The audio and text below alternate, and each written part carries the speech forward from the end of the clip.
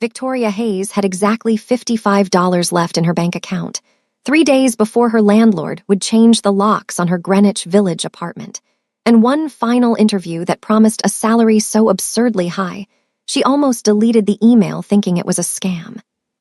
She stood in the lobby of Kang Industries Tower, her brown leather portfolio clutched against her chest like armor. The building occupied prime real estate on Manhattan's Billionaires' Row, all glass and steel reaching toward the sky like a middle finger to everyone who couldn't afford to breathe this air. Victoria had walked past buildings like this 1,000 times, never imagining she'd be standing inside one, waiting to be judged worthy of entry. Her natural curly hair was styled in a proud afro today. She debated straightening it, wondering if corporate America would find it too much, but then decided that if they couldn't handle her hair, they couldn't handle her. Besides, she was desperate, not defeated. There was a difference. The lobby screamed money, old money, dangerous money, the kind of money that didn't ask permission, marble floors so polished she could see her reflection, modern art installations that probably cost more than her college education, security guards in suits nicer than anything she owned, stationed at 3 separate checkpoints between the entrance and the elevators. 3 checkpoints for an office building. Victoria approached the first one, and a guard with a face like carved granite scanned her driver's license, checked her name against a tablet, and directed her to checkpoint 2. There, another guard took her fingerprints. She almost laughed, fingerprints for a job interview, but the guard's expression suggested laughter was not welcome in this building. At checkpoint 3, they searched her bag, professional but thorough.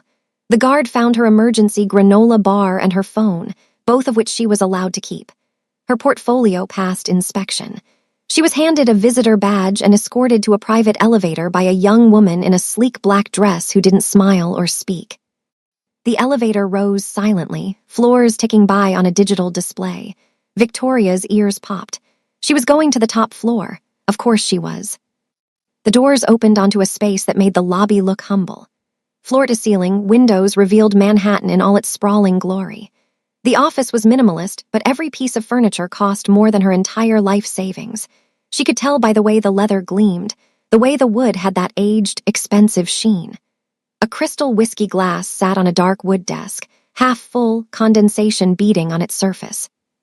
And seated in the black leather executive chair behind that desk was a man who made her breath catch in her throat. Late 20s, maybe 30. Asian features, Korean, she guessed, given the company name. His dark hair was slicked back with precision, not a strand out of place. He wore a tailored dark vest over a crisp white shirt, the sleeves rolled to reveal forearms that suggested he did more than sit behind a desk. But it was his eyes that held her. Dark. Intense. They found hers and didn't let go. "Miss Hayes," his voice was smooth, controlled. "Please sit." She sat in the chair across from his desk, setting her portfolio on her lap. The leather was cold against her palms. "Thank you for the opportunity to interview, Mr. Kangmin." He didn't offer a handshake. Instead, he studied her like she was a document he was considering signing. "Your resume is impressive. Columbia graduate, 3 years at Morrison Financial before they downsized. 6 months unemployed since then. The market has been difficult." I didn't ask for an explanation. His tone wasn't harsh exactly, just final. "Tell me about your family." Victoria blinked. "My family." "Your parents, siblings, where you grew up." She hesitated. This wasn't a question she'd prepared for. "My mother lives in Atlanta. My father passed away when I was 19. Cancer. I'm an only child." Kangmin's expression didn't change, but something flickered in his eyes. "And you moved to New York 3 years ago. Why?" "Opportunity. A fresh start." "From what?" The question was too personal. Every instinct Victoria had developed over 27 years of navigating the world as a black woman in predominantly white spaces screamed that this was wrong. Job interviews didn't work like this.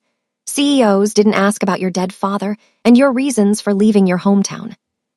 "Mr. Kang, with respect, I'm not sure how my personal history is relevant to the position."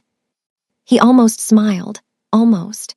"Everything is relevant, Miss Hayes. The position you're applying for requires complete discretion. I need to know who you are, who might come looking for you, who might miss you if you were. unavailable for extended periods. The way he said unavailable made her skin prickle. I live alone, she said carefully. I'm not currently in a relationship. I don't have many close friends in the city. I call my mother every Sunday, but she's not the type to panic if I miss a call. She wasn't sure why she was answering honestly. Maybe because lying seemed pointless when his eyes suggested he already knew the answers. Kangmin nodded slowly. Good. Good. What kind of job interview was this? The position pays $300,000 annually, he continued. Full benefits, a housing allowance sufficient to cover an apartment in any neighborhood of your choosing. In exchange, I require absolute discretion and total availability. Victoria's heart hammered. $300,000. That was more money than she'd made in her entire working life combined. It would solve everything: her rent, her debt, her mother's medical bills that Victoria secretly helped pay. What exactly would my duties be? She asked, adding how small her voice sounded. Standard executive assistant responsibilities, managing my schedule, organizing correspondence, accompanying me to meetings and events. Nothing you couldn't find in any job description. He paused.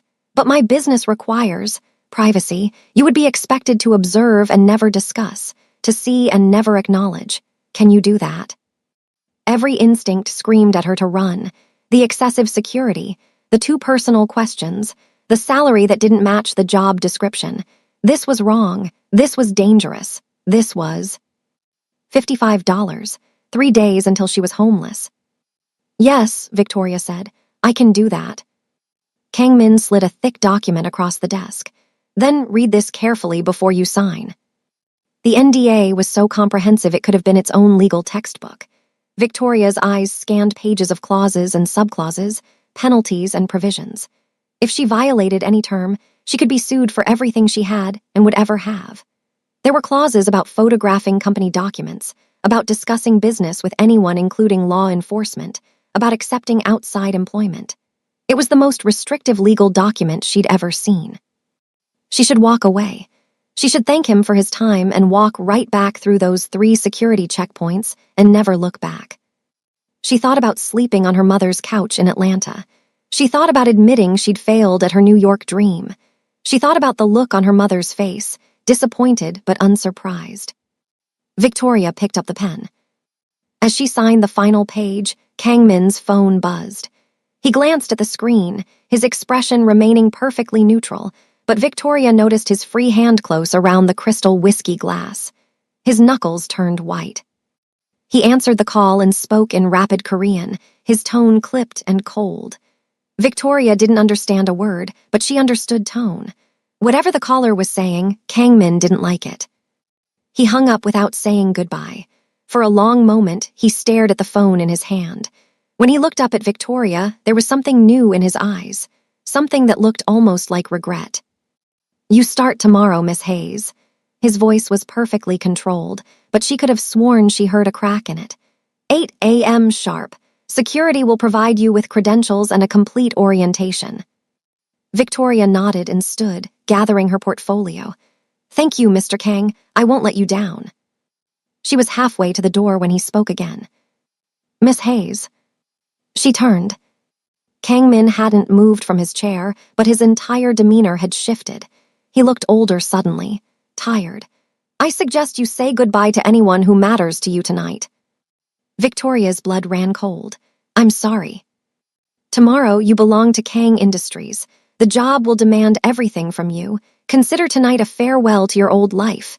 He picked up his whiskey glass and took a long drink. That will be all. Before she could ask what he meant, security appeared at her elbow, the silent woman from the elevator, and Victoria found herself being escorted out.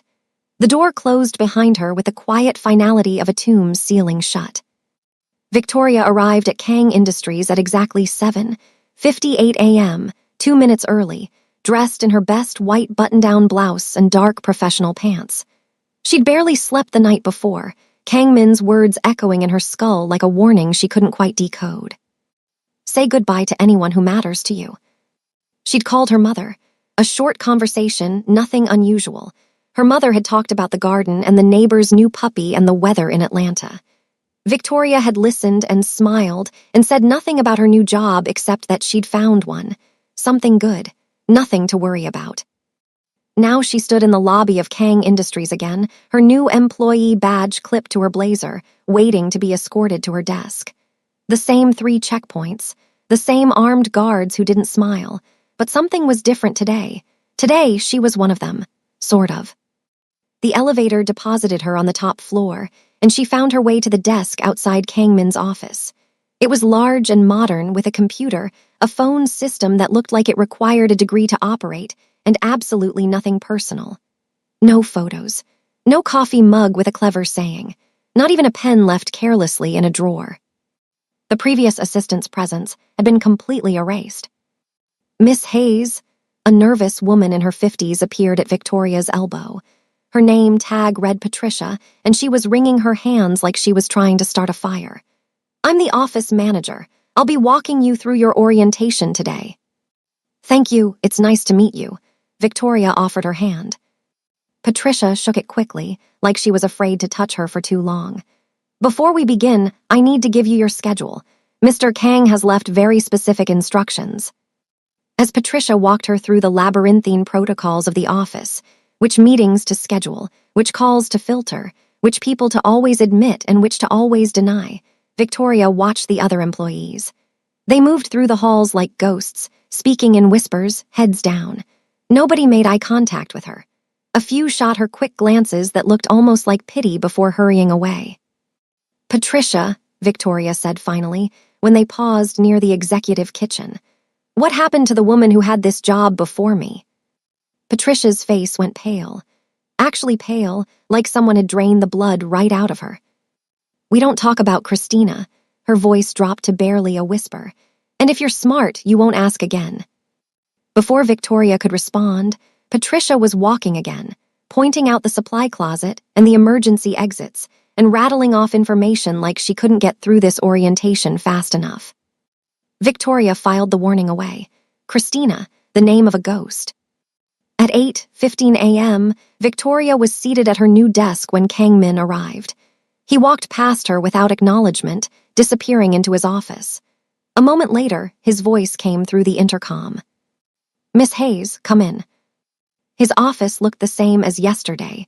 The dark wood, the floor-to-ceiling windows, the city sprawling below like it existed for his viewing pleasure. But today Victoria noticed details she'd missed. The art on the walls was Korean, traditional landscapes painted on silk. A small shrine in the corner held incense, and a photograph of a beautiful woman Victoria didn't recognize. "Your first assignment." Kangmin slid a folder across his desk. "Organize these files on a real estate acquisition. I need a complete summary by end of day." Victoria opened the folder and scanned the first few pages. Kang Industries was purchasing 17 properties across Beverly Hills, Atherton, and Palo Alto. The purchase prices made her eyes widen, 3 times market value on most of them, some even higher. "Mr. Kang, these numbers seem unusual." His expression gave nothing away. "They're correct. But the market analysis is not your concern." His voice was quiet, but the dismissal was absolute. "Summarize what's in front of you, nothing more, nothing less." Victoria nodded and retreated to her desk. For the next 3 hours, she worked through the files, creating spreadsheets and summaries, trying to ignore the obvious. Someone was being paid off, or money was being laundered through these purchases. The paper trail was there if you knew how to read it. And Victoria, with her Columbia finance degree and her years at Morrison Financial, knew exactly how to read it. At noon, her phone buzzed. A text from an unknown number. Her blood turned to ice as she read the message. It was a screenshot of her mother's house in Atlanta. The front porch, her mother's car in the driveway, the garden her mother had mentioned on the phone last night. And below the image, "Your family is beautiful. Don't make us introduce ourselves." Victoria's hands were shaking as she gripped the phone. She stared at the screen until the words blurred, trying to make sense of what was happening. This couldn't be real. This was New York, not a crime drama. She was a finance graduate, not what? Not someone who'd signed her life away to a man whose employees bowed to him and whose predecessor had vanished without a trace. She stood so abruptly her chair rolled into the wall. Before she could think better of it, she was striding toward Kang Min's office door. She heard voices inside, two men speaking Korean, then a thud, a muffled grunt of pain. Victoria froze, her hand raised to knock. Kang Min's voice came through the door, cold as ice. "Tell the Yakuza if they touch another one of my shipments, I won't send a warning next time. I'll send a funeral." Her heart pounded so hard she thought it might burst through her chest. Yakuza, Japanese Mafia, and Kang Min was threatening them like it was a business negotiation. The door swung open before she could retreat. Kang Min stood in the doorway, not a wrinkle on his vest, not a hair out of place. Behind him, a man knelt on the floor, blood dripping from his nose onto the pristine carpet. Kang Min's gaze dropped to Victoria's phone, still clutched in her hand, the threatening text still glowing on the screen. His jaw tightened almost imperceptibly. "I see you've received your welcome message." He stepped aside, gesturing for her to enter. "We should talk." Kang Min didn't apologize. He didn't explain, not at first. Instead, he walked to a cabinet built into the wall, poured 2 glasses of whiskey, and slid one across his desk toward Victoria like they were about to negotiate a business deal. Which, she realized with growing horror, was exactly what this was. "I don't drink during work hours," she said. "Today you make an exception." She didn't touch the glass.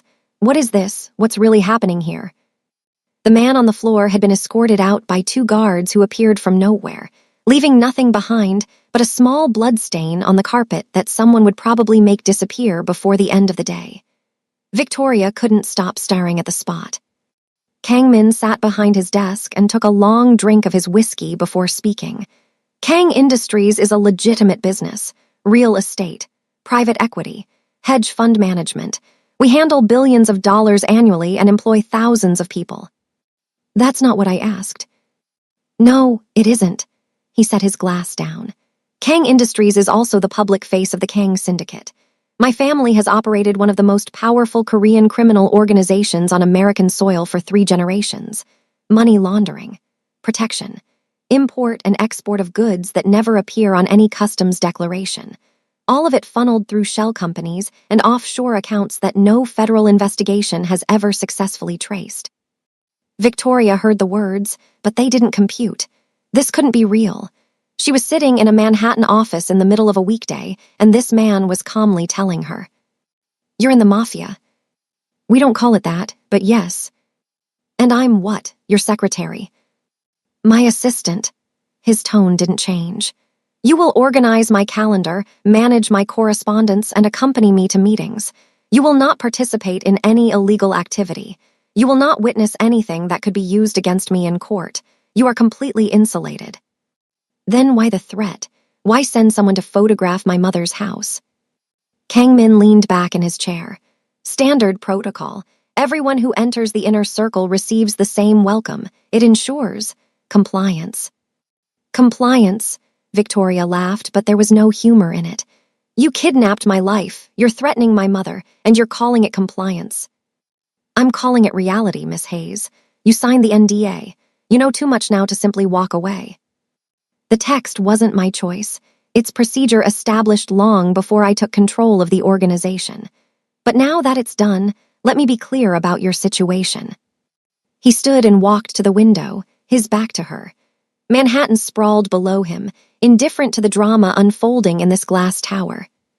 "You chose to apply for this position," he continued. "Your resume was flagged 6 months ago. Your financial situation was monitored. When you became desperate enough, the job posting appeared in your inbox. You weren't kidnapped. You were selected." Victoria felt sick. "Why me?" "Because you're perfect." He turned to face her. "Orphaned at 19 when your father died. Your mother remarried a man you dislike. No siblings. No serious relationship since your ex-boyfriend left you for your former best friend 2 years ago. You're isolated, Miss Hayes, desperate, and that makes you valuable." Hearing her life summarized so coldly, every loss, every failure, every loneliness laid bare, made Victoria want to scream, or cry, or both. Instead, she did something she would never be able to fully explain. She picked up the whiskey glass from the desk and threw it in his face. For 3 terrifying seconds, nobody in that office breathed. Whiskey dripped down Kang Min's cheek onto his pristine white shirt, darkening the fabric. His expression didn't change, not at first. Then something shifted. Surprise. And then, impossibly, respect. He pulled a handkerchief from his pocket and wiped his face calmly. "You're the first person to do that in 5 years and live. Are you going to kill me?" "No," he set the handkerchief aside. "I'm going to offer you something. I don't want anything from you. You want your mother safe. You want your debts paid. You want to survive this." He sat on the edge of his desk, closer to her now. "I can give you all of that. Protection for your mother, real protection, not just threats. Your student loans erased. A salary that will make you wealthy. All you have to do is play the role you signed up for. Nothing more, nothing illegal." "And if I say no?" His eyes darkened. "Then you become a liability, and the organization doesn't tolerate liabilities." Victoria understood what he wasn't saying. Walk away and she'd end up like Christina. A name no one spoke, a memory erased. "This isn't a choice," she said. "Every choice has constraints, Miss Hayes. The question is whether you're smart enough to work within them." She should fight this. She should find a way out, contact the authorities, run to another state. But the bleeding man on the floor flashed through her mind. The text with her mother's house. The way the employees bowed like Kang Min was their king. "Fine," she said. "I'll stay, but I want something else." "Name it." "The truth. When something affects me directly, I want to know. No more surprises." Kang Min studied her for a long moment. Then he nodded. "Agreed, but the same applies to you. No secrets. No hidden agendas. If you betray me, Miss Hayes, there won't be a second chance." "Understood." He extended his hand. Victoria looked at it, the hand of a criminal, a mafia boss, a man who threatened families and ordered violence, but also her only lifeline. She shook it. The next 3 weeks passed in a blur of schedules and meetings and learning exactly how much she was allowed to see. Victoria quickly realized that Kang Industries operated on 2 levels. The surface, where legitimate business deals were negotiated and contracts signed, and the depths, where conversations happened in Korean or Russian and certain visitors were never announced. She learned to recognize the signs. When Kang Min switched to his second phone, the one kept in his desk drawer, it meant the conversation was syndicate business. When certain names appeared on his calendar, Park, Yamamoto, Volkov, it meant she should find a reason to step out of the office. She learned, but she didn't look away. Every document that crossed her desk, she memorized. Every name, every number, every coded phrase. If she was going to survive this, she needed to understand it. On the 22nd day, everything changed. Victoria was at her desk at 2:47 p.m. when the alarm started. Not the fire alarm, a different sound, sharper and more urgent. Emergency lockdown. The building's security protocols initiated automatically. Metal shutters descended over the windows, doors locked with heavy thuds, and the lights shifted to a dim red emergency glow. Kang Min's door flew open. His expression was controlled, but his eyes were alert in a way she hadn't seen before. "Get in here, now." She obeyed without question. His office was already transformed. He'd pulled open a panel in the wall to reveal a rack of weapons, and he was strapping something to his belt. "Under the desk," he ordered. "Don't make a sound. Whatever you hear, whatever you see, don't move." "What's happening?" "The people I warned 3 weeks ago didn't listen." He checked something on his phone, jaw tightening at what he saw. "They're early." Before she could ask anything else, he pushed her toward the desk. Victoria crouched in the space designed for a chair, pulling her knees to her chest. The desk was solid wood, expensive, heavy, probably bulletproof, knowing what she now knew about this place. Gunshots echoed from somewhere else in the building. Screaming, running footsteps. Then silence, the kind of silence that comes before something terrible. Through a gap between the desk and the wall, Victoria could see a sliver of the office. Kang Min stood by the door, perfectly still, waiting. His breathing was slow and measured, like a predator preparing to strike. The door burst open. A man in dark tactical gear rushed in, gun raised. He was Asian, covered in tattoos visible on his neck and hands. He shouted something in Japanese. Kang Min moved like water, fluid, inevitable. He sidestepped the initial charge, grabbed the man's gun arm, and twisted. The weapon clattered to the floor. 3 more moves, too fast for Victoria to track, and the attacker was on his knees, arm bent at an unnatural angle, gasping in pain. 2 more men appeared in the doorway. Kang Min didn't hesitate. He used the first attacker as a shield, shoving him into his companions, buying himself 3 seconds to retrieve the fallen gun. Victoria had never seen violence like this. Not movie violence, choreographed and clean. Real violence, brutal, efficient, and over in moments. When building security finally breached the floor, Kang Min had incapacitated all 3 attackers. He wasn't even breathing hard. "Clear the floor," he ordered the security team. "I want a full sweep, find out how they got in." As the guards moved to comply, Kang Min crouched by the desk and extended his hand to Victoria. "You can come out now." She took his hand. His grip was warm, steady, completely at odds with what she'd just witnessed. He helped her to her feet and for a moment kept holding her hand. His eyes scanned her face. "Are you hurt?" "No." Her voice sounded strange to her own ears. What were they looking for? Kang Min released her hand and stepped back. "That's not your concern. You promised me the truth when it affected me directly. People just tried to kill us. I think that qualifies." He was silent for a long moment. The attackers were being dragged away by security. Blood stained the carpet, more stains to disappear. The office looked like a war zone. "They were looking for something called the Ledger," he said finally. "A record of agreements between major crime families, including the Yakuza. It contains evidence that could destroy all of us. And you have it." His eyes flicked to the far wall before he could stop himself. A painting hung there, an original piece, Korean countryside, worth hundreds of thousands of dollars. Victoria filed away the location. "That's all you need to know," he said, "for now." That night, Victoria couldn't sleep. She lay in her new company-provided apartment in Tribeca, staring at the ceiling, replaying the attack over and over. The way Kang Min had moved, the look on the attacker's face, the blood on the carpet. But mostly, she thought about the moment after, when Kang Min had checked if she was hurt, when he'd held her hand and looked at her like she mattered. Nobody had looked at her like that since her father died, like she was someone worth protecting. Her phone rang. Unknown number. She should ignore it. She absolutely should not answer. She answered. A woman's voice, speaking English with a Korean accent. "Miss Hayes, we haven't met, but I know everything about you. I know about your mother in Atlanta. I know about the interview. I know about the ledger you're trying to find." Victoria's blood ran cold. "Who is this?" "My name is Una Park. I'm the woman Kang Min was supposed to marry before he called off the engagement." A pause. "And I'm calling to warn you." "Warn me about what?" "You think you're safe because you're useful to him. Christina thought the same thing.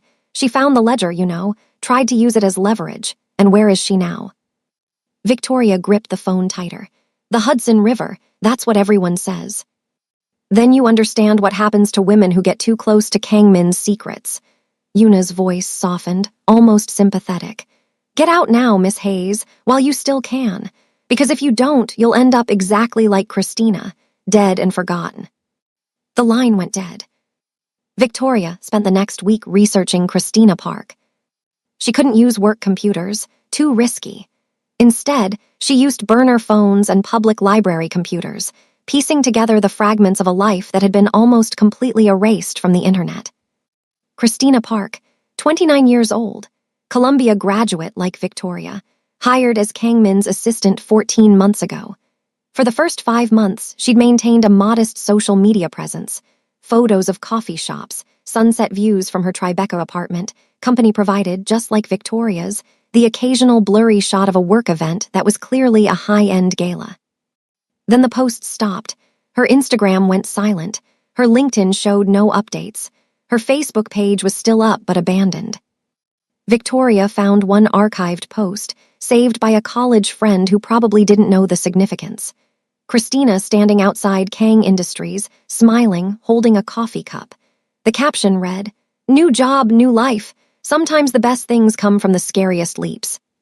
Posted 9 months ago, her last post ever. "Get out now, while you still can. Yuna's warning echoed in Victoria's mind constantly. But where would she go? Back to Atlanta, where her mother's house was already being watched. Into hiding, with no money and no resources. The police, who would either dismiss her story or trigger a war between organizations. There was no out, not anymore. So Victoria did the only thing she could do. She watched, she learned, she waited. Kangmin's patterns became clear over the following weeks. He arrived at 6 a.m. every day without fail. He left around midnight, sometimes later. He never ate lunch, subsisting on coffee and the occasional protein bar that Victoria learned to keep stocked in his desk drawer.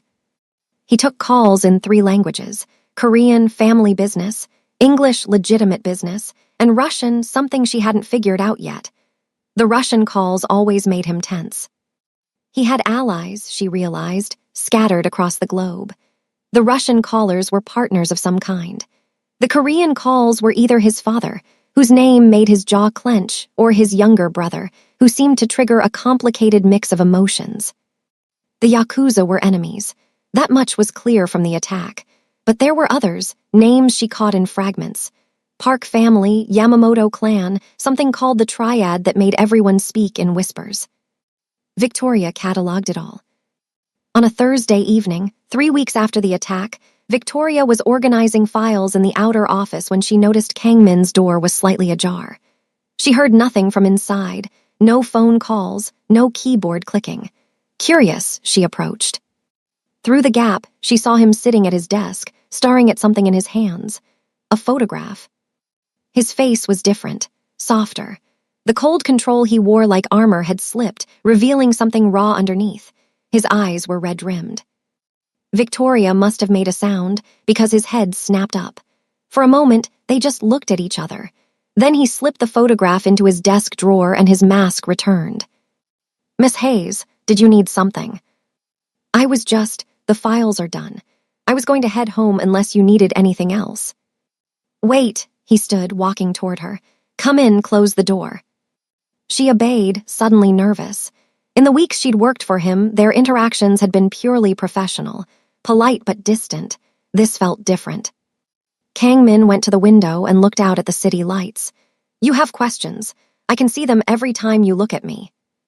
"I have a lot of questions." "Ask one." Victoria considered. So many things she wanted to know.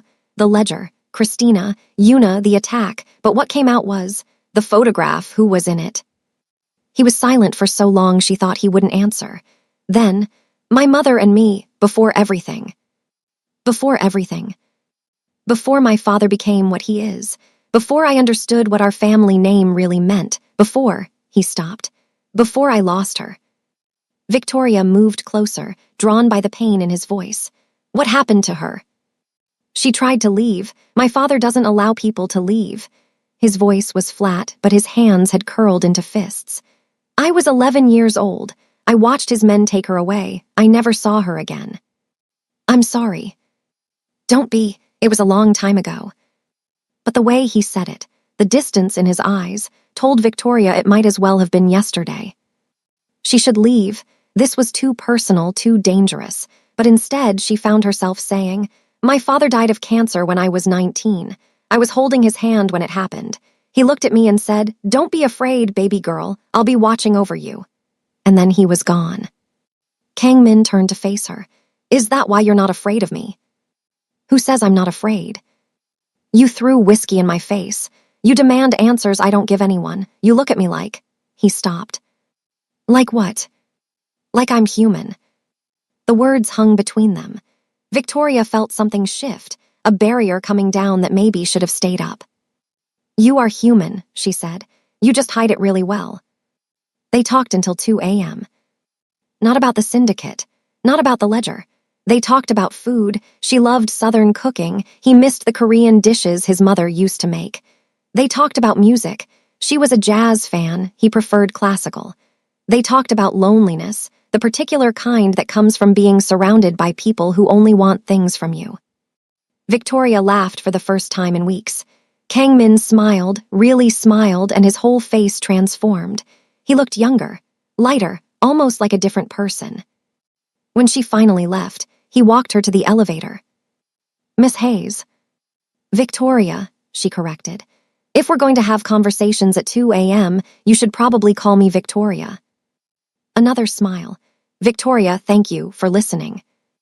Thank you for talking. The elevator doors opened. She stepped inside and turned to face him. Whatever happened to your mother, she said. It wasn't your fault. You were a child. You couldn't have stopped it. His expression flickered, pain, grief, something that might have been gratitude. Good night, Victoria. Good night, Kang-min. The doors closed between them. The next morning, Victoria arrived at work to find police cars outside Kang Industries. Not just any police. FBI. They were carrying boxes of files out of the building, supervised by agents in dark suits and serious expressions. Victoria's heart stopped. She pushed through the gathering crowd, flashing her employee badge, and made it to the lobby before a hand grabbed her arm. Patricia, the office manager. Her face was chalk white. Don't go up there, Patricia whispered. What's happening? Where's Kang-min? They found Christina. Patricia's voice shook. Her body washed up in Jersey City this morning. The FBI thinks they're saying. What? What are they saying? Patricia pulled something from her pocket. A keycard. Victoria recognized it immediately.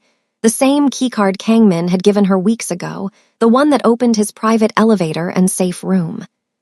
Christina was wearing one just like this when they found her, Patricia said. They're looking for anyone connected to her, anyone who might have been involved. Victoria reached into her own pocket. The keycard was there, cold metal against her fingers. Evidence that tied her to a dead woman. And Kang-min had vanished. Victoria made a decision in 3 seconds. She didn't stay and answer questions. She didn't call a lawyer. She didn't try to explain the keycard or her relationship with Kang-min or any of the complicated truths that would only make her look guilty. She ran. The training she'd received during emergency drills kicked in. She knew where the secondary exits were, which stairwells led to back alleys, how to avoid the main security checkpoints. Within 5 minutes, she was 3 blocks away, walking quickly but not running, disappearing into the morning crowd of Manhattan commuters. First stop, an ATM. She withdrew the maximum daily limit, $500, then another ATM from a different bank, then a third. She emptied every accessible account, stuffing cash into her purse. Second stop, a corner store. She paid cash for a prepaid burner phone, sunglasses, and a baseball cap that she used to hide her distinctive afro. Third stop, Penn Station. She bought a ticket on NJ Transit, destination Newark, paid cash, no ID required. By 10 a.m., Victoria was checked into a motel on the outskirts of Newark, the kind of place that asked no questions and accepted cash with a knowing nod. The room smelled like cigarette smoke and despair, but it was invisible. For now, that was enough. She sat on the edge of the bed and tried to think. Christina was dead, actually dead, not just missing. The FBI was involved. Kang-min had disappeared without warning, and Victoria was holding a keycard that might as well be a murder weapon. You'll end up exactly like Christina. Had Yuna been telling the truth? Had Kang-min killed Christina? Had the man she'd spent last night talking to, laughing with, actually murdered his previous assistant? She didn't want to believe it. The way he'd looked at her, talked to her, opened up about his mother, that couldn't have been an act. But she'd known him for barely a month. She'd known what he was from the beginning, a criminal, a mafia boss, a man who ordered violence and threatened families. Maybe she was just another Christina, expendable, disposable. Her burner phone buzzed, unknown number. She stared at it, heart pounding. Only one person could possibly have this number. She'd bought it an hour ago. She answered. Parking garage, 47th and 8th. Level 3, Black Escalade, 1 hour. The voice was male, unfamiliar. Don't be late.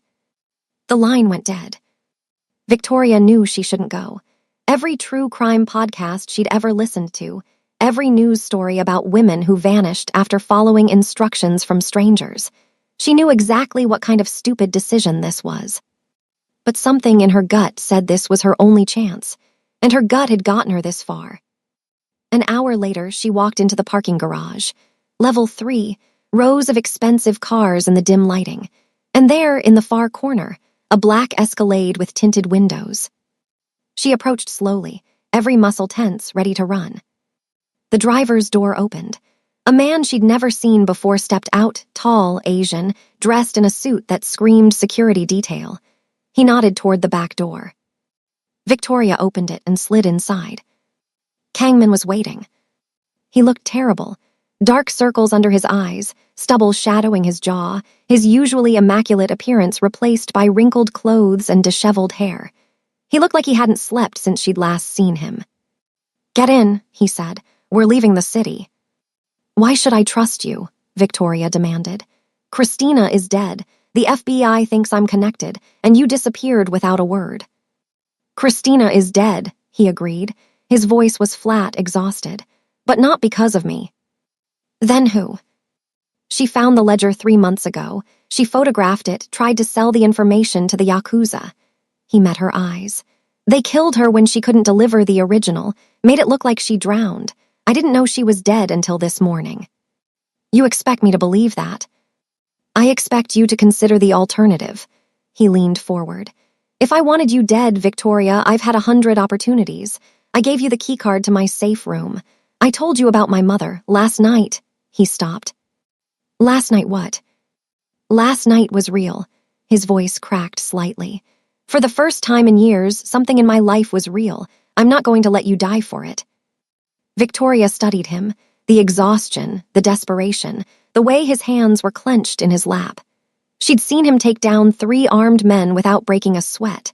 Now he looked like a strong wind could knock him over. "Where are we going?" she asked. "Anywhere but here." She should get out of the car, find another way. Trust no one, like every survival instinct was screaming. Instead, she pulled the door closed. "Then drive." They drove through the night. New Jersey gave way to Pennsylvania. Kangmin had safe houses, apparently properties owned through shell companies, maintained but never occupied, existing for exactly this kind of emergency. They stopped at one outside Pittsburgh, a modest farmhouse on 10 acres of nothing. Victoria slept for 4 hours, then woke to find Kangmin still awake, sitting by the window, watching the darkness. "You need to rest," she said. "I'll rest when we're safe." "We're in the middle of nowhere. No one knows we're here." "Someone always knows." He turned to face her. "I need to tell you everything, about the ledger, about why this is happening." Victoria sat across from him. Outside, dawn was beginning to lighten the horizon. "I'm listening." "The ledger contains records of a truce agreement between 5 major crime families: Kang, Yamamoto, Park, Chen, and Volkov. For 15 years, we've maintained territorial boundaries, shared resources, avoided war.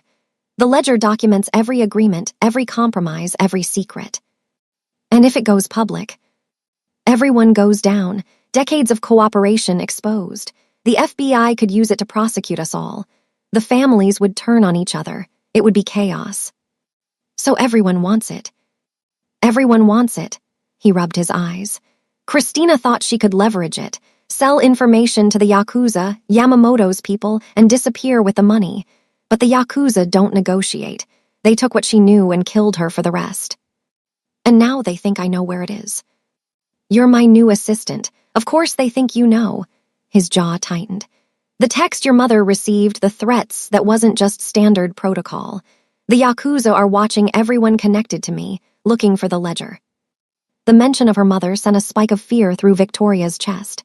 "My mother, is she safe?" Kangmin was quiet for a moment too long. "Kangmin, is my mother safe?" His phone buzzed. He looked at the screen and his face went pale. "No," he said, "they have her." The video arrived an hour later. Victoria's mother, Denise, bound to a chair in a room with bare concrete walls. She was blindfolded, gagged, but visibly unharmed. A man's voice spoke off camera in accented English. "We want the ledger. You have 5 days to deliver it to the location we specify. If you fail, we return your mother to you, piece by piece." The video ended. Victoria watched it 3 times, looking for any clue about the location, her mother's condition, anything. But there was nothing. Just her mother, helpless, paying the price for Victoria's choices. "This is my fault," she whispered. No, Kang Min's voice was firm. This is their fault. The Yamamoto family decided to use an innocent woman as leverage. That's on them. I never should have taken this job. I should have stayed in Atlanta. I should have. Victoria, he gripped her shoulders, forcing her to look at him. We can get her back, but I need you to focus. How? They have her. We don't even know where. We deliver the ledger. His expression was grim. The original, in exchange for your mother. You would do that. Give up the one thing keeping all the families in check. I would do anything. His voice softened. To keep you from losing someone the way I lost my mother. There was a problem. The ledger was hidden in a safe deposit box in Atherton, California, one of the wealthiest zip codes in the country. It was protected by biometric security, fingerprint and retinal scan. Only 2 people in the world could access it. Kangmin was one. His father, currently serving life in a maximum security federal prison, was the other. I haven't spoken to my father in 7 years, Kangmin said. They were driving again, heading west. Not since I learned the truth about my mother's death. The truth. He ordered it. The words came out flat, emotionless, but Victoria saw his hands tighten on the steering wheel. She tried to leave. She had help, a friend, another woman who was supposed to get her out, but my father found out. He had my mother killed and the friend hunted down. Did they find the friend? No, she disappeared, took her daughter and vanished. He glanced at Victoria. I've been looking for her ever since. My mother made me promise before she died to find Grace and her child, to protect them like she couldn't. Victoria felt something cold settle in her stomach. Grace. Grace Hayes, that was her name. He seemed lost in memory. My mother's best friend, the only person who ever tried to help her escape. The name hit Victoria like a physical blow. Grace Hayes. Her mother's name before she remarried, before they moved to Atlanta, before they became someone else. Pull over, Victoria said. What? Pull over, now. On the side of a dark highway in the middle of Pennsylvania, Victoria finally understood why her life had intersected with Kangmin's. My mother's maiden name was Grace Hayes, she said. Before she married my father, my adoptive father, the one who raised me, she was Grace. She never talked about her life before Atlanta. Never showed me photos from before I was 10. Kangmin stared at her. That's not possible. She has a scar on her shoulder. She told me it was from a car accident, but I saw it once when she was changing. It looked like a knife wound. His voice was barely audible. My mother's friend was injured during the escape attempt. My father's men caught up to them. Grace was stabbed protecting her daughter. Protecting me. They looked at each other in the dim light of the dashboard. 20 years of secrets, 20 years of running, and now, impossibly, their paths had converged. You didn't hire me because I was desperate, Victoria said slowly. You hired me because you've been looking for me my whole life. I didn't know, Kangmin's voice cracked. I swear to you, Victoria, I didn't know until right now. The background check, the surveillance, I thought you were just a good candidate. I never connected. But your father knew. Silence. He's known for years, Victoria continued, piecing it together. He's been watching my mother, waiting for the right moment, and when you hired me, he saw his chance. To use you against me. To finish what he started 20 years ago. They sat in silence, the weight of the revelation settling over them. Victoria thought about her mother, bound in that concrete room. Her mother, who had risked everything to save the woman she loved, who had spent 2 decades hiding, protecting, lying, all to keep Victoria safe. And now she was a prisoner of the same monster she'd been running from. We're going to California, Victoria said. Her voice was steady now, resolved. We're going to see your father, and we're going to get that ledger. You don't have to come. That's my mother, Kangmin. I'm not staying behind. He looked at her, really looked at her, and something in his expression shifted. Respect, gratitude, something more that neither of them was ready to name. Together, then. Together. The federal penitentiary rose out of the California desert like a concrete tomb. High walls topped with razor wire, guard towers at every corner. The kind of place designed to hold the worst of the worst, the men so dangerous that society had decided to simply remove them from existence. Kang Junho had been here for 7 years. In that time, his power hadn't diminished. If anything, it had grown. He ran his empire from this cell, communicating through lawyers and visitors and a network of corrupted guards. Every warden who tried to break him had been transferred, fired, or quietly convinced to look the other way. Victoria sat in the prison's visitor waiting room, watching Kang Min fill out paperwork. His hands were steady, but she could see the tension in his shoulders, the way his jaw was clenched tight. "You don't have to go in," she said. "I can wait here." "I need to be the one to ask. He won't give up the key otherwise." "What if he says no?" Kang Min didn't answer, which was answer enough. She watched through reinforced glass as father and son faced each other for the first time in 7 years. Junho was older now, gray at the temples, lines carved into his face by time and imprisonment. But his eyes were exactly like his son's, dark, calculating, missing nothing. The difference was that Kang Min's eyes had cracks of humanity in them. His father's were pure ice. They spoke in Korean at first. Victoria couldn't understand the words, but she could read the body language. Junho was amused, relaxed, enjoying his son's discomfort. Kang Min was rigid, controlled, every word measured. Then Junho's eyes flicked toward the glass, toward Victoria. He smiled. The guard brought Victoria into the visiting room. She sat across from Junho, separated by a table bolted to the floor, and met his gaze without flinching. "So you're Grace's daughter." His English was accented but perfect. "I've been waiting a long time to meet you." "Wish I could say the same." Junho laughed, a genuine, delighted sound that made Victoria's skin crawl. "Fire, just like your mother. She had fire too, you know, right up until the end." "My mother is alive." "For now." His smile didn't waver. "But that depends on my son, doesn't it? And on what he's willing to give me in exchange for the key." Kangmin spoke, his voice flat. "Name your price." "My price," Junho pretended to consider. "Full access to your legitimate businesses, the real estate portfolio, the hedge funds, everything you've built trying to go straight." That's not what you expected." Junho leaned forward. "You thought you could walk away from the family, build something clean, become something other than my son. But here you are, crawling back, begging for help, because in the end, blood is blood." "I'm nothing like you." "You're exactly like me, you just haven't admitted it yet." Junho's eyes slid to Victoria again. "Ask him about the photograph, the one he carries in his wallet. Ask him why he really hired you." Victoria looked at Kangmin.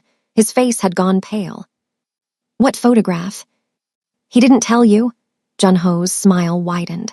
"My son has been carrying a picture of you since he was 12 years old. His dying mother gave it to him, a photo of Grace and her baby, taken the day before the escape attempt. He's been looking for you ever since, not because he cared about his mother's wishes, because he was obsessed." "That's not true," Kangmin said, but his voice lacked conviction. "Isn't it? You screened every assistant application for years, looking for women who fit the profile.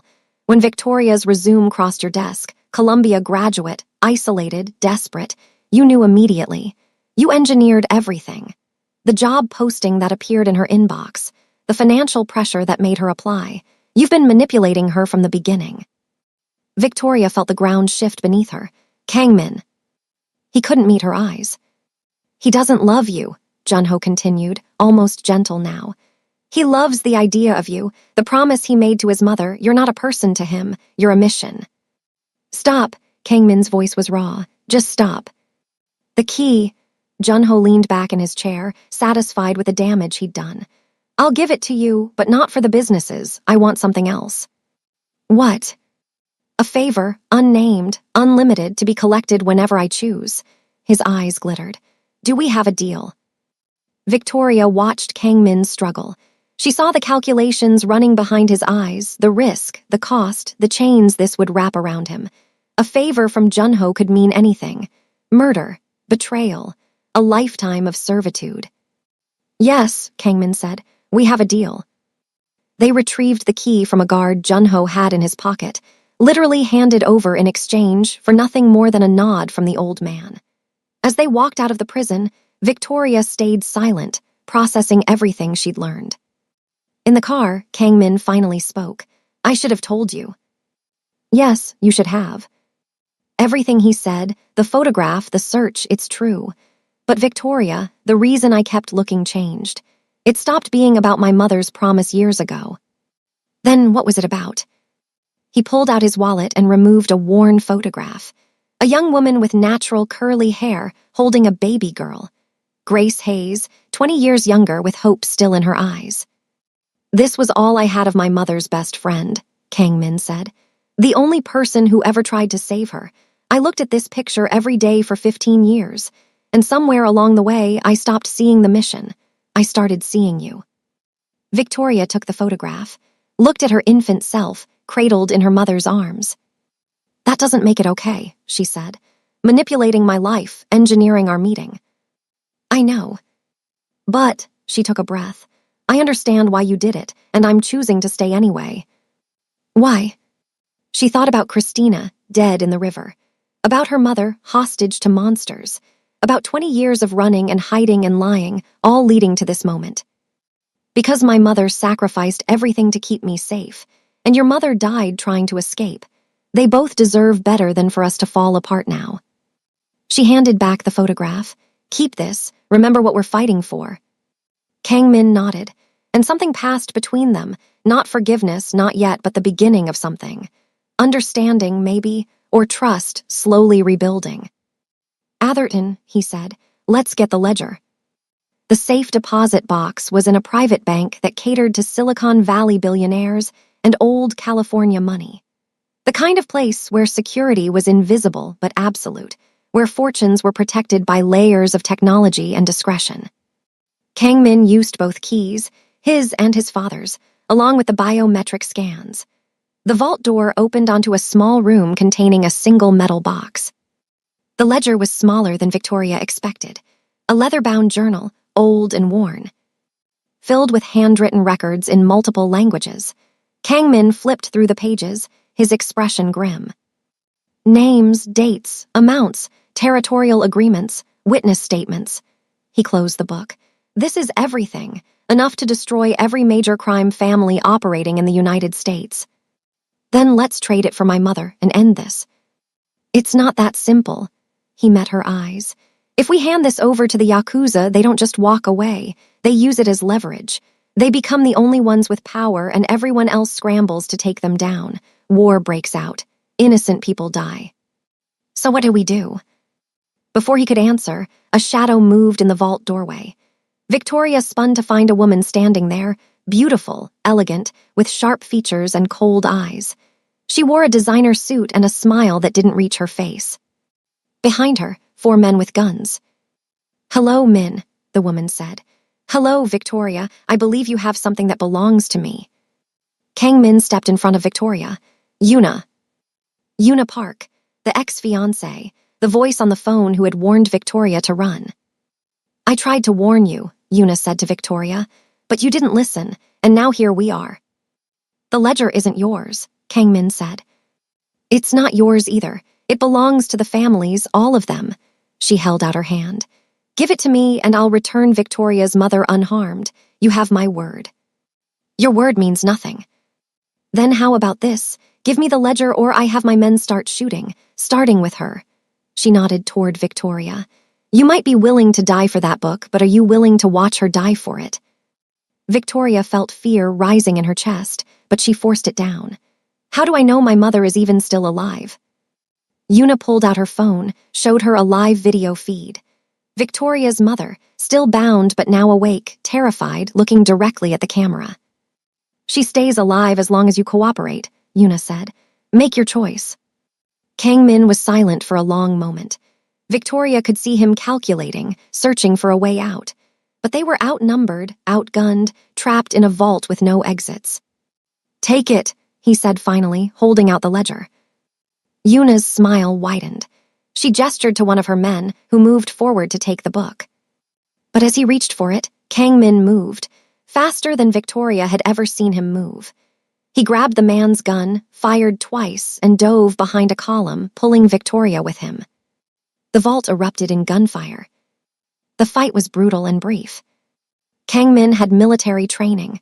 Victoria knew that now. He moved like violence was a language he spoke fluently, taking down 2 of Yuna's men before the others retreated, dragging their wounded with them. Yuna was the last to leave. She stood in the doorway, still smiling, even with blood spattered on her designer suit. "This isn't over, Min. You know that." "It will be," he said, "one way or another." She disappeared into the bank's corridors. Alarms were blaring now. They had minutes before security locked everything down. "We need to go," Victoria said. "The ledger." "Forget the ledger. We need to find another way to save my mother." Kang Min looked at the book still clutched in his hand. He'd managed to keep it during the fight. But Victoria was right, using it as a straight trade would never work. Yuna would double-cross them. The Yakuza would double-cross them. Everyone wanted this book, and no one could be trusted. "There's another way," he said slowly, "but you're not going to like it." "Tell me anyway." "My brother, Di-young. He's been building a federal case against our father for years. If we give him the ledger, he can bring down everyone, including the people holding your mother." "Your brother, the prosecutor." "My brother, who I haven't spoken to in 8 years. Kang Min's jaw tightened. "The last time we saw each other, I broke 3 of his ribs and told him if he ever came back, I'd finish the job." Victoria processed this. "Why?" "Because he wanted to leave the family, and I was too loyal to our father to let him. I've regretted it every day since." She thought about family, the ones you're born to, the ones you choose, the ones you betray and are betrayed by. She thought about her mother, who had lied to her for 20 years out of love and fear. "Then I guess we're going to San Francisco," she said, "and you're going to apologize." They drove north through the night, stopping only for gas and coffee. Victoria called her mother's number from a burner phone, just to hear her voicemail, to remind herself what she was fighting for. "Tell me about Yuna," she said as the miles disappeared behind them. "What happened between you?" Kang Min was quiet for a long time. When he spoke, his voice was distant. "We were supposed to marry 5 years ago. Our families had arranged it. A merger really more business than romance. I thought I could make it work. I thought I could learn to love her." "What changed?" "I discovered what her family was planning. They weren't looking for an alliance. They were looking for a takeover. Once we were married, they would have moved against my father, used me as a puppet. When I confronted Yuna, she admitted everything." He paused. "She laughed, said I was naive if I thought any marriage in our world was about love." "So you called it off?" "I called it off. She's been plotting revenge ever since." His hands tightened on the wheel. "What happened in Atlanta, the kidnapping, that wasn't the Yakuza. That was Yuna using Yakuza muscle. She wants the ledger because it contains evidence of her family's violations. She's been playing all sides against each other." Victoria let that sink in. "So she's the one who has my mother?" "Yes." "And if we give her the ledger, she'll kill us anyway." "Yes." "Then we don't give her the ledger." Victoria's voice hardened. "We destroy her instead." Di-young lived in a modest apartment in San Francisco's No Valley neighborhood. He'd built a new life here, a new identity.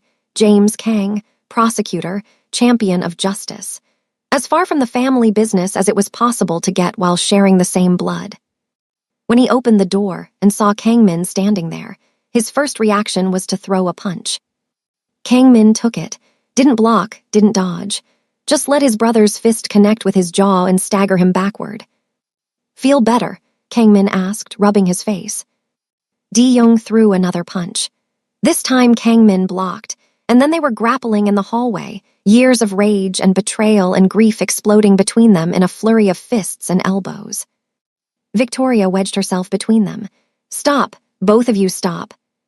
The brothers separated, breathing hard. Di-young's lip was split. Kang Min had a bruise forming on his cheekbone. They stared at each other with the complicated hatred that only family can produce. 8 years, Di-young spat. 8 years of silence. You broke my ribs. You told me you'd kill me if I ever came back. And now you show up at my door like nothing happened. "I was wrong." Kang Min's voice was raw. "About everything, about father, about the family, about you." "You think an apology fixes anything." "No, but I'm not here to apologize."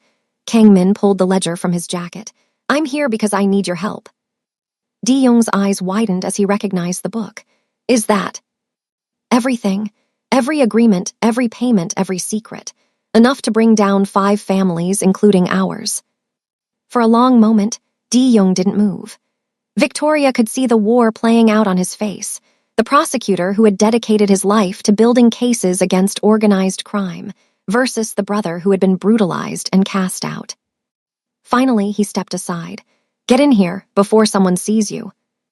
Inside the apartment, Young examined the ledger page by page, his expression shifting from disbelief to grim satisfaction. Victoria watched him work, seeing echoes of Kang Min in his features, the same sharp jaw, the same intense focus. This is real, Young said finally. This is everything I've been trying to find for years. Then you can use it, Victoria said, to bring down the people who have my mother. Young looked at her properly for the first time. Who are you? Victoria Hayes. My mother was Grace Hayes, the woman who tried to help your mother escape 20 years ago. Unipark is holding her hostage in exchange for that ledger. Grace Hayes. Young's face softened. Our mother talked about her, said she was the bravest woman she'd ever known. She's going to die if we don't get her back. Young turned to his brother. You want me to help you, after everything? I want you to help her. Kang Min gestured to Victoria. She's innocent in all this. Her mother is innocent. They don't deserve to suffer because of our family's sins. The brothers stared at each other across a gulf of pain and history. Victoria held her breath. I have contacts in the FBI. Young said slowly. Agents who aren't on anyone's payroll. If we move fast, we might be able to coordinate a rescue before Yuna realizes we're coming. What about the ledger? We use it as bait. Make Yuna think she's getting what she wants, then spring the trap. Young almost smiled, a bitter, determined expression. I've been waiting my whole life to take these people down, including our father. Father isn't part of this, Kang Min said. He's already in prison. Father orchestrated this. Young's voice hardened. You think it's coincidence that Yuna made her move right after you visited him? He gave her the timeline. Probably gave her the location of the safe deposit box, too. Why would he do that? Because he wants the ledger in play. He wants chaos. If the families go to war, he can leverage his way out of prison, offer to broker peace, trade testimony for freedom. Young shook his head. You still don't see it, do you? Everything he does is calculated. Every move is part of a larger game. Victoria watched Kang Min absorb this. She saw the moment he accepted the truth, that his father was even more monstrous than he'd believed, that there was no bottom to the man's manipulation. Then we stop him too, Kang Min said quietly. All of it, everyone. Young nodded. All of it, everyone. For the first time in 8 years, the brothers were on the same side. The plan came together over the next 48 hours. Young contacted his federal connections, agents he'd cultivated over years of building cases, men and women who had no ties to the corruption that ran through so much of law enforcement in organized crime territories. They agreed to participate in an off-books operation, understanding the risk but seeing the potential reward, bringing down multiple crime families in one coordinated strike. Victoria spent those 48 hours in a state of controlled terror. Every hour that passed was another hour her mother remained in Yuna's custody. Every minute of planning was a minute she couldn't be moving, acting, doing something. We have to get this right, Young told her when she pressed for faster action. If we move before we're ready, Yuna kills your mother and disappears. She has resources all over the world. We get one shot at this. So Victoria waited, and watched, and learned. She learned that Young had spent years documenting crimes he couldn't prosecute, cases where evidence disappeared, witnesses recanted, judges were compromised. He had boxes of files in a storage unit, a digital archive encrypted on multiple servers. The ledger was the keystone, the piece that would make everything else hold together. She learned that Kang Min had been working toward the same goal from the inside. The legitimate businesses he'd built weren't just money laundering fronts, they were exit strategies, ways to generate clean income, build a reputation separate from the family name. He'd been preparing to walk away from the syndicate for years, waiting for the right moment. That moment had never come, until now. Why didn't you ever reach out to me? Di-young asked his brother one night when Victoria had retreated to try to sleep. She listened from the hallway, unable to resist. I was afraid. Kangmin's voice was barely audible. After what I did to you, I was afraid you'd reject me, that you'd be right to. I would have forgiven you. Would you? Silence, then. Eventually, maybe. I didn't deserve eventual forgiveness. I deserved nothing. More silence. Then Di-young again, his voice rough. You're here now, that counts for something. Victoria crept back to her room, leaving the brothers to their complicated reconciliation. The operation was set for 3 days later. Di-young had traced Yuna's communications to a compound in the hills above Lowe's Angels, an estate she'd purchased through shell companies, maintained as a private retreat. Satellite imagery showed high walls, security patrols, and a main house with multiple outbuildings. Victoria's mother was being held in the basement of the main house. They'd confirmed this through intercepted communications. Yuna wasn't as careful as she thought she was, or maybe she was arrogant enough to believe no one would dare move against her. The plan was multi-layered. Federal agents would move on the perimeter while Kangmin's loyal men, the few who had stayed with him after he began distancing himself from syndicate business, infiltrated the interior. Di-young would coordinate from a mobile command post.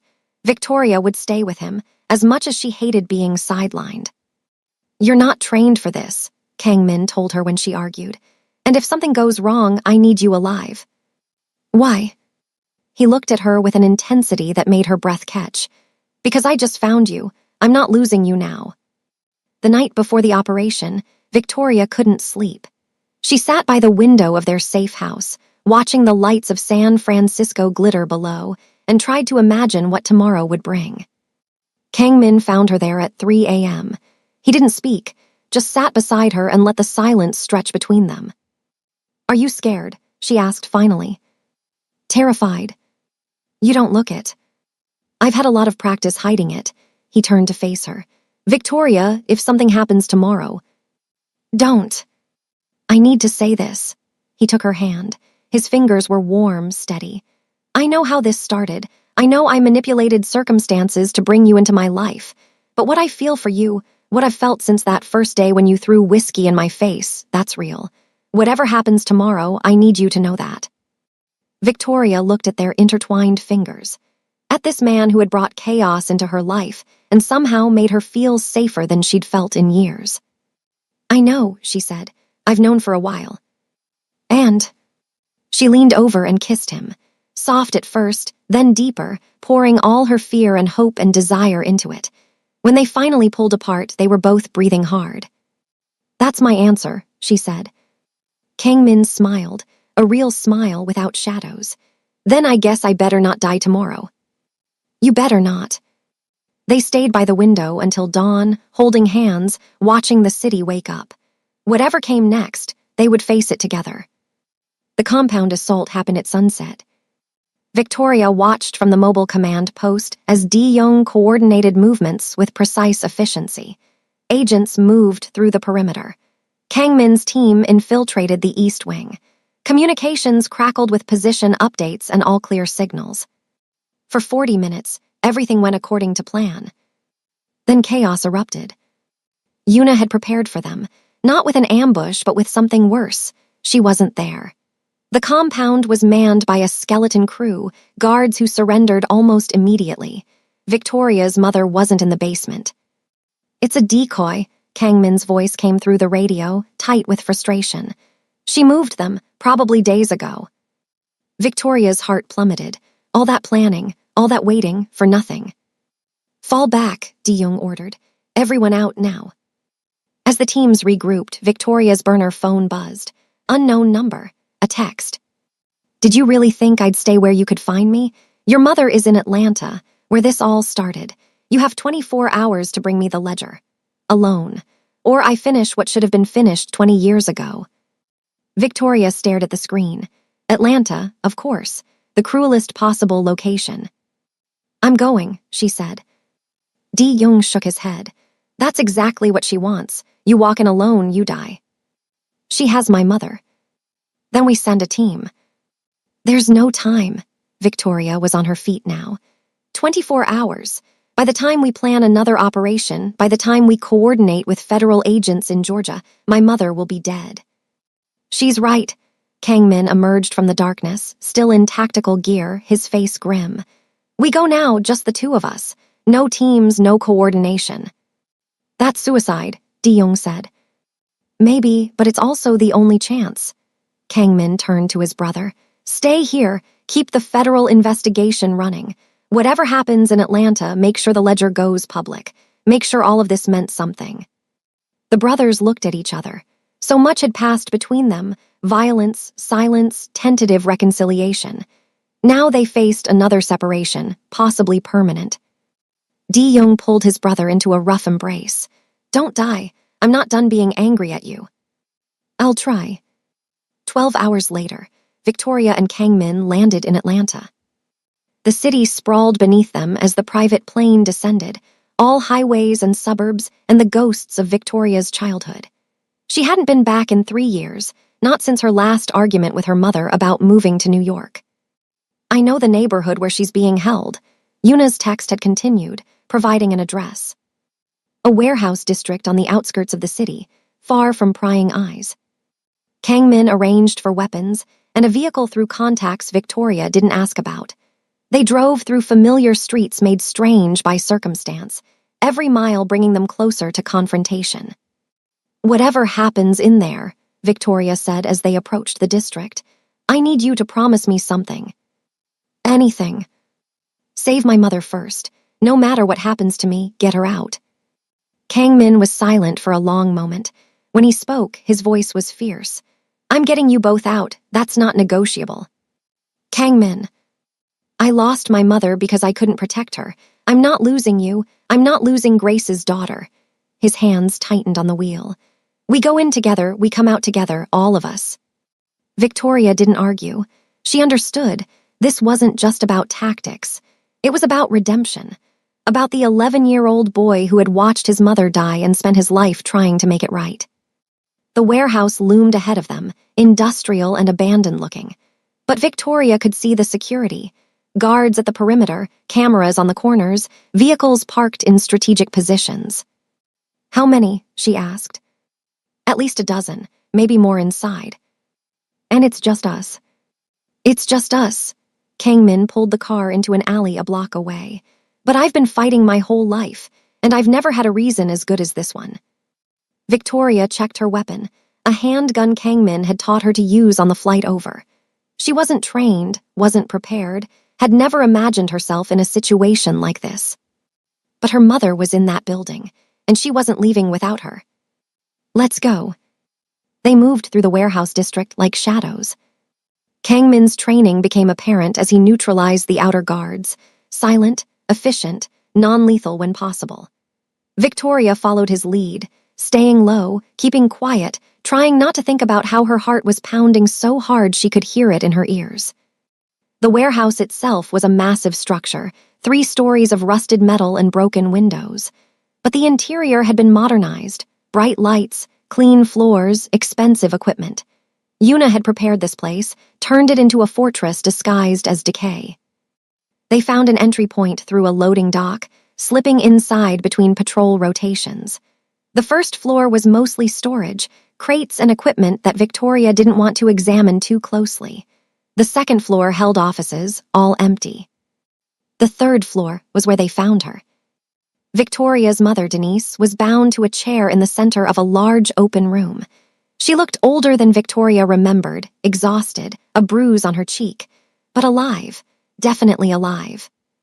"Mom," Victoria's voice broke. Denise's head snapped up. "Victoria, no, you shouldn't be here. You need to run, you need to." "Well, well," Yuna's voice echoed through the space. "The whole family reunion." She emerged from the shadows at the far end of the room, flanked by 6 armed guards. Her designer suit was immaculate, her smile perfect and cold. "You came alone," she observed, looking at Kang Min. "How romantic and how stupid." "I brought the ledger." Kang Min held up the book. "Let them go." "Oh, Min, we both know it's not that simple." Yuna gestured, and her guards fanned out, surrounding them. "You see, I don't just want the ledger anymore. I want justice." "Justice for what?" For everything you took from me." Her composure cracked slightly, revealing the rage beneath. "I was supposed to be queen of an empire. You destroyed that. Made me a laughingstock in every family from here to Seoul. Do you know what it's like being pitied by people who should fear you?" "Is that what this is about?" Victoria stepped forward, drawing Yuna's attention. "A wounded ego." "This is about power, little girl, something you wouldn't understand. I understand that you kidnapped an innocent woman. I understand that you're willing to start a war for revenge. I understand that you've lost your mind." Yuna's eyes flashed. "Your mother isn't innocent, hasn't she told you?" Victoria glanced at Denise. Her mother's face had gone pale. "Tell her," Yuna continued, enjoying herself now. "Tell her what you really did 20 years ago. Tell her who you really are." "Mom," Victoria's voice shook. "What is she talking about?" Denise closed her eyes. When she spoke, her voice was a whisper. "I didn't just help Soo-yeon escape. I was part of the organization, Jun-ho's accountant. I kept the books for years, knew where every body was buried, every payment was made. I was as guilty as any of them." Victoria felt the room spin. Her mother, her kind, gentle, garden-loving mother, had been part of a criminal empire. "When Soo-yeon came to me, I saw a chance to get out," Denise continued. "To make up for what I'd done, but I failed her. She died because of me because I wasn't careful enough. I've spent 20 years trying to atone. 20 years hiding, running, protecting you from the truth." "Touching," Yuna said, "but irrelevant. Grace Hayes or Denise, whatever you call yourself now, you were responsible for millions of dollars in laundered money. You know secrets that could still destroy what's left of the old alliances. And now, you're going to help me negotiate from a position of strength. I won't help you do anything." "No," Yuna nodded to one of her guards. He stepped forward, grabbing Victoria by the arm, pressing a gun to her temple. "How about now?" Denise's resolve crumbled. Please, she's all I have. I'll do anything." "I know you will," Yuna's smile returned. Now Min, the ledger, slided across the floor, slowly. Victoria watched Kang Min weigh his options. He couldn't fight, not with a gun to her head. He couldn't run, not without her. He was trapped. He slid the ledger across the floor. Yuna picked it up, flipping through pages. "Finally, do you know how long I've waited for this? How many plans I've—" The explosion came from below. The floor shook. Guards stumbled. In the chaos, Kang Min moved, taking out the man holding Victoria in one fluid motion, grabbing her, pulling her behind a structural pillar. "What was that?" Victoria gasped. "Insurance." He was already returning fire, covering their movement toward Denise. "Di-young didn't stay in San Francisco." Gunfire erupted throughout the warehouse. Federal agents, Victoria realized, they'd followed them, waited for the right moment. Di-young's insurance policy. She reached her mother, cutting through the ropes with a knife Kang Min pressed into her hand. "Mom, can you walk?" "I think so." They moved toward the exit, Kang Min clearing a path through the chaos. Guards fell. Others fled. Somewhere behind them, Yuna was screaming orders that no one was following anymore. They almost made it. Almost. A shot rang out. Kang Min staggered, clutching his side. Blood blossomed between his fingers. "Min," Victoria caught him as he fell. "Go," his voice was strained. "Get your mother out." "I'm not leaving you." "Victoria." I said no. She grabbed his arm, hauled him upright, ignored his grunt of pain. Her mother took his other side. Together, they half-carried, half-dragged him toward the stairs. Federal agents met them on the second floor, taking over, calling for medical support. Di-young appeared, his face ashen when he saw his brother's wound. "Med team is 60 seconds out," he said. "Hold on, Min, just hold on." Victoria kept pressure on the wound, watching blood seep through her fingers, praying harder than she'd prayed since her father died. "You promised," she whispered. "You promised you wouldn't die." Kang Min's eyes fluttered open. He tried to smile. "I'm not planning on it." "Then don't." The medical team arrived. Victoria was pushed aside as they worked, stabilizing, transporting. She stood in the warehouse surrounded by chaos and blood and federal agents, watching the man she'd somehow fallen in love with disappear into an ambulance. Her mother's hand found hers. "He'll be okay," Denise said. He has too much to live for. Victoria couldn't speak. She just held on. Kangmin survived. The bullet had missed his vital organs by centimeters, lodging in muscle and causing significant blood loss but no permanent damage. He spent 3 days in intensive care while Victoria barely slept, barely ate, rarely left the hospital. Yuna was captured in the warehouse raid. The ledger was recovered. Federal agents, coordinating with De-Young's information, launched simultaneous operations against all 5 families named in the documents. Dozens of arrests, millions of dollars in assets frozen. The largest organized crime takedown in American history. It was all over the news. Victoria watched from the hospital waiting room, seeing her nightmare transformed into headlines and breaking alerts. On the 4th day, Kangmin was moved to a private room. Victoria was there when he woke up. "You look terrible," he said, his voice hoarse. "You almost died." "But I didn't," he reached for her hand, "because someone told me not to." She laughed, a wet, broken sound that was half sob. "That's not how medicine works." "Worked for me." The door opened. De-Young entered, followed by Denise. The 4 of them looked at each other, strangers who had become family through fire and blood. "The operation was a success," De-Young reported. "Yuna is in federal custody. She's facing charges that will keep her in prison for the rest of her life. The Yakuza leaders named in the ledger have been indicted. The Park family is in chaos. The Kang syndicate," he paused, "is effectively destroyed." "And father?" Kangmin asked. "His immunity deal is being reviewed. He violated terms by coordinating with Yuna. At minimum, he's never getting out. At maximum." De-Young's jaw tightened. "We have enough now to add new charges. Murder, conspiracy, things the original deal didn't cover." Kangmin nodded slowly. "Good." Victoria squeezed his hand. "It's over." "Almost." He looked at her mother.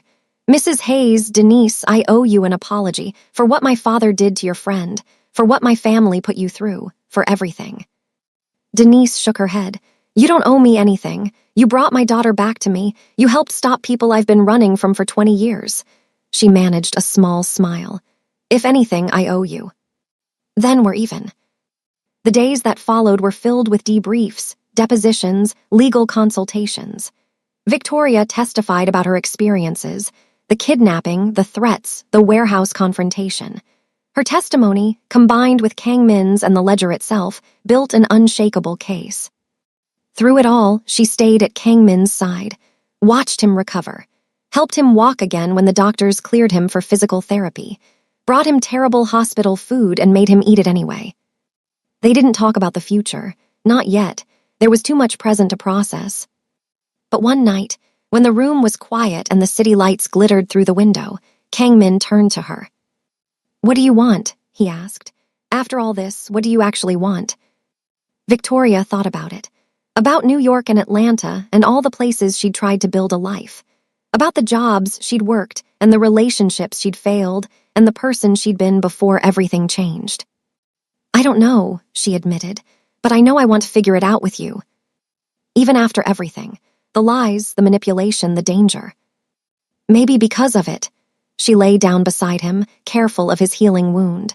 "You're not the same person who hired me. I'm not the same person who walked into that interview. We changed each other." "For the better." "I think so." He kissed her forehead. "Then we'll figure it out together." Recovery took months. Kangmin's physical healing was the fastest part. Within 6 weeks, he was moving normally again, the scar on his side a permanent reminder of what they'd survived. The legal proceedings took longer. Depositions, hearings, trials. His cooperation with federal authorities meant reduced charges for his own involvement in family business, but it also meant reliving the worst parts of his life over and over. Victoria stayed, through the difficult days when he couldn't talk about what he'd witnessed, through the nightmares that woke him at 3 a.m., through the sessions with the trauma therapist De-Young had recommended. She had her own healing to do. Her relationship with her mother transformed during this time. Denise had rented an apartment in San Francisco, determined to stay close to her daughter during the aftermath.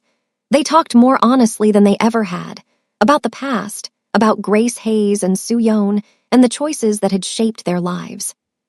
I should have told you, Denise said one evening, sitting on Victoria's couch with a glass of wine. Years ago, but I kept thinking if you didn't know, you'd be safe. Would I have been? Probably not. Junho's people never forgot. They were always watching, even when I thought we'd escaped. Denise set down her glass. But at least you would have understood. You wouldn't have felt so alone. Victoria thought about her life before Kangmin. The isolation she'd cultivated because connection felt dangerous. The walls she'd built to protect herself from disappointment. I understand now, she said. That's what matters. Kangmin's legitimate businesses survived the scandal. The real estate developments, the investment funds, the corporate holdings, all of it had been structured carefully enough that legal separation from syndicate activities was possible. With Victoria's help, and her finance degree finally being useful, they restructured the company from top to bottom. De-Young joined them, taking a leave of absence from the prosecutor's office to help rebuild something legitimate from the ashes of his family's empire. The brothers worked together for the first time since childhood, learning to trust each other again through shared purpose. I never thought I'd see you two in the same room without fighting, Victoria observed one afternoon, watching them argue over spreadsheets. We're still fighting, Kangmin said, just about budget projections instead of inheritance rights. That's progress. The trials concluded 9 months after the warehouse assault. Una Park was sentenced to 45 years in federal prison. The Yakuza leaders received similar sentences. Members of all 5 families faced charges ranging from money laundering to murder. The organized crime network that had operated across America for generations was effectively dismantled. Junho's case was the last to conclude. New evidence, carefully gathered by De-Young over years, finally admissible now that the entire structure had collapsed, added decades to his sentence. The immunity deal was voided. He would die in prison, alone and forgotten. Victoria watched the verdict on television, Kangmin's hand in hers. When the judge pronounced the sentence, she felt something release in her chest. Not celebration. She wasn't capable of celebrating someone's imprisonment, even someone who had caused so much pain. Relief, that's what it was. Relief that the monster who had haunted her mother's nightmares for 20 years would never hurt anyone again. It's over, she said. Kangmin pulled her close. It's over. That night they stood on the rooftop of their San Francisco apartment building, watching the city lights stretch toward the horizon. So much had changed since that first interview. So much loss and fear and violence, but also growth, connection, love. I have something to ask you, Kangmin said. Victoria's heart stuttered. What? Move in with me, officially, not just because we're recovering from trauma or navigating legal proceedings. Move in with me because I can't imagine waking up without you. She laughed, surprised, delighted. That's not what I thought you were going to ask. What did you think I was going to ask? Something scarier. Is that a yes? She kissed him instead of answering. The city glittered below them. The future stretched ahead, uncertain but full of possibility. Yes, she said against his lips. Yes. 1 year later, Victoria's life looked nothing like she'd imagined. She was COO of Kang Development, the legitimate real estate company that had risen from the ashes of the syndicate.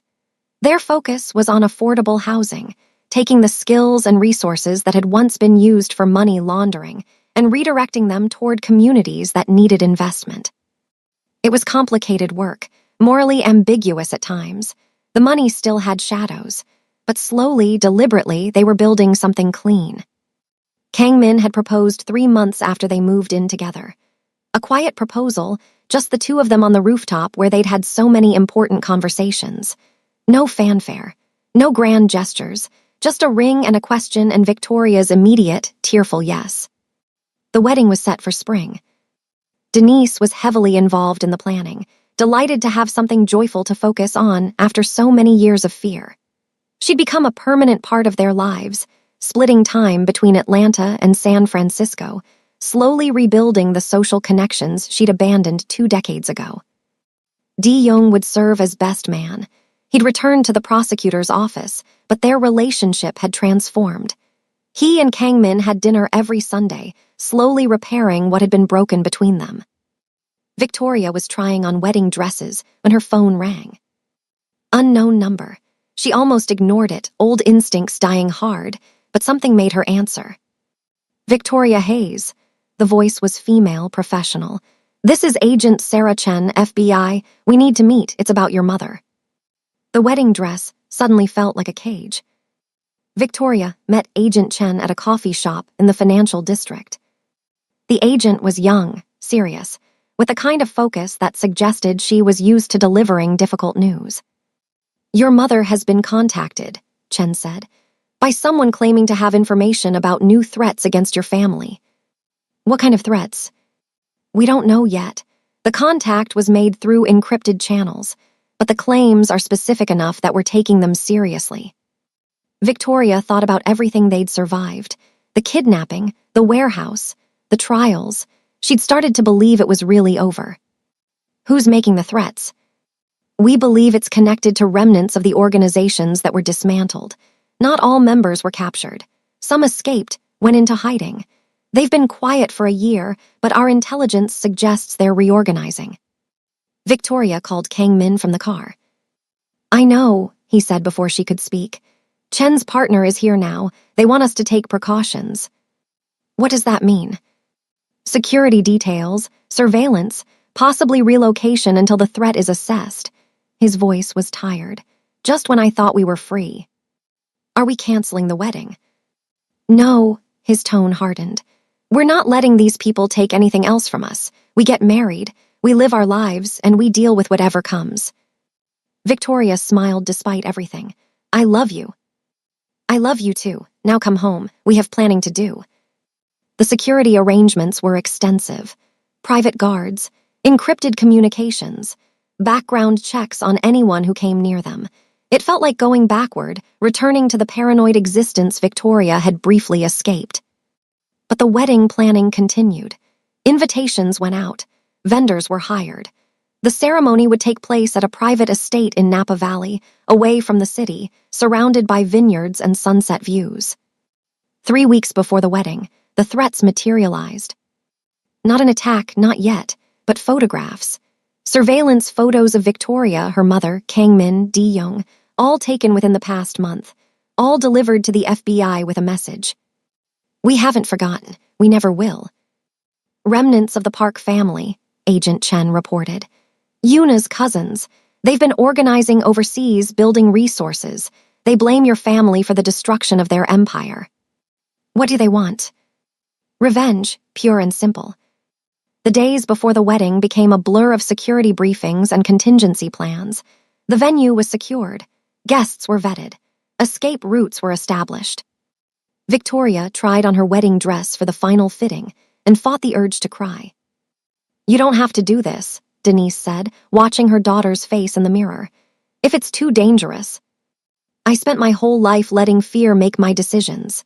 Victoria straightened her spine, watching her reflection transform. Not anymore. I'm getting married, and anyone who tries to stop me is going to regret it. The wedding day dawned clear and golden.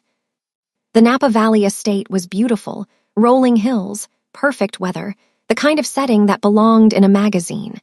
Security was invisible but omnipresent, agents disguised as waiters and guests, surveillance drones disguised as decorative elements. Victoria stood in the bridal suite, surrounded by flowers and soft light, and took a deep breath. Her mother appeared in the doorway. It's time. I know. Victoria looked at her reflection one last time. The dress was perfect, elegant, simple, nothing like the elaborate gowns she'd tried on, just her at her best. Your father would be so proud, Denise said, her voice catching. I know he would. They embraced, 20 years of secrets and lies and survival crystallizing into this moment. Mother and daughter, still standing despite everything.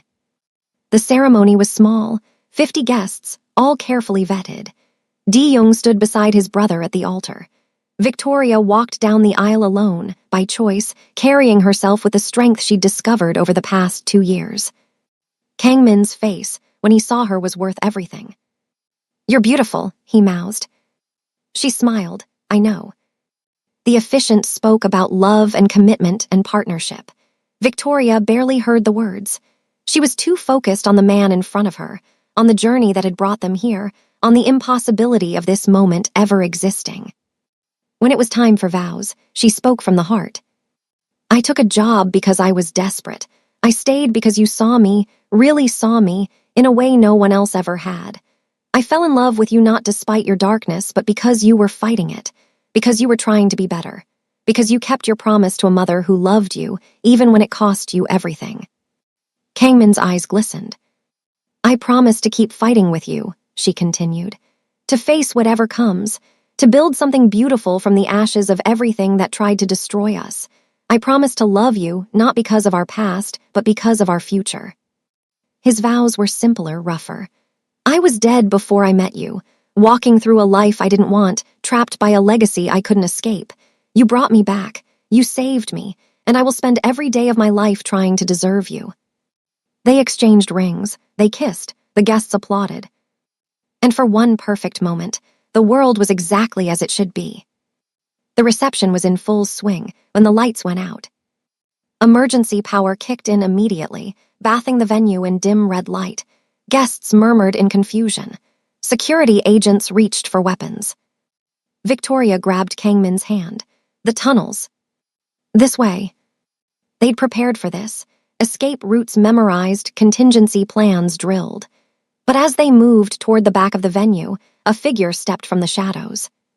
A man, Korean, young, maybe mid-20s. He held a gun, but it wasn't pointed at them. I'm not here to hurt you, he said. I'm here to warn you. Kangmin shielded Victoria. Who are you? My name is Park Jinwoo. Yuna is my cousin. His voice was steady despite the chaos around them. The attack that was planned for tonight, I stopped it, disabled the team, alerted your security. They're being arrested now. Why would you do that? Jinwoo's expression was complicated. Because I watched my family destroy itself. I watched Yuna become a monster, and I decided I didn't want to become one too. He holstered his weapon. Consider this a wedding gift and a peace offering. Federal agents swarmed the area. Jinwoo surrendered without resistance, was led away for questioning. The lights came back on. Guests were reassured. The crisis was contained. But the reception was definitely over. Later, in their suite, Victoria and Kangmin sat in their wedding clothes, champagne going flat on the table. Some party, she said. Best one I've ever thrown. She laughed despite everything. What do we do now? Now, he pulled her close. We live our lives, we build our future, and we don't let anyone take this from us. Can we really do that? Live normally? I don't know, he kissed her forehead, but I want to find out with you. The investigation revealed the full scope of the threat. Park Jinwoo's information led to arrests across 3 countries. The remnants of the organization that had targeted them were systematically dismantled. This time, there would be no survivors, no remnants waiting to resurface. Jinwoo himself became an unlikely ally. In exchange for his cooperation, he was offered witness protection and a reduced sentence. He chose instead to help, providing testimony, identifying operatives, ensuring the complete destruction of his family's criminal legacy. Why? Victoria asked him during one of the debriefings. You could have disappeared, started over somewhere else. Jinwoo considered the question. Because I watched my cousin become the worst version of herself. I watched my uncles destroy everything they touched, and I realized that the only way to honor my family was to end what it had become. That sounds lonely. It is, he almost smiled, but maybe that's what penance feels like. The final trial concluded 18 months after the wedding. The last of the Park family operatives were sentenced. The threat was officially neutralized. The FBI closed the case file. Victoria stood on the steps of the courthouse, Kangmin beside her, and watched the sun set over the San Francisco skyline. It's really over this time, she said. It's really over. They walked home through streets that had become familiar, past buildings that held memories. The Kang Development Office, where they'd rebuilt something from nothing. The coffee shop where they'd had their first real date. The park where Kangmin had proposed. Their apartment was quiet when they arrived. Denise was visiting friends in Atlanta. Young was in court. For the first time in months, they had the evening to themselves. "I want to show you something," Kang Min said. He led her to his study and opened a drawer she'd never examined. Inside was a photograph, old, worn at the edges. A young woman with natural curly hair holding an infant. "This was the photograph I showed you in the car," he said. "The one my mother gave me. I've carried it for most of my life." "I know. I don't need to carry it anymore." He looked at her. "I found you, I kept my promise, and now—" He set the photograph gently on the desk. "Now I can let go." Victoria understood what he was offering. Not just the photograph, but the weight of the past. The obligations that had driven him for so long. "What do you want instead?" she asked. Us, a life that isn't defined by what came before." He took her hands. "I want to wake up next to you without checking for threats. I want to go to work without wondering if someone is watching. I want normal, Victoria. For the first time in my life, I want normal." "Normal is boring." "Normal sounds amazing." She kissed him, slow and sweet, a promise of all the ordinary moments to come.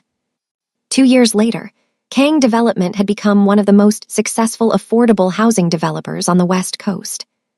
The company had completed 23 projects, providing homes for thousands of families. They'd received awards, recognition, the kind of positive press that still felt surreal given where the money had originally come from. Victoria oversaw operations with a skill she'd never known she possessed. Her Columbia finance degree, which had seemed useless during her years of struggling, now shaped policy and directed resources. She'd found her purpose, not in spite of her past, but because of it.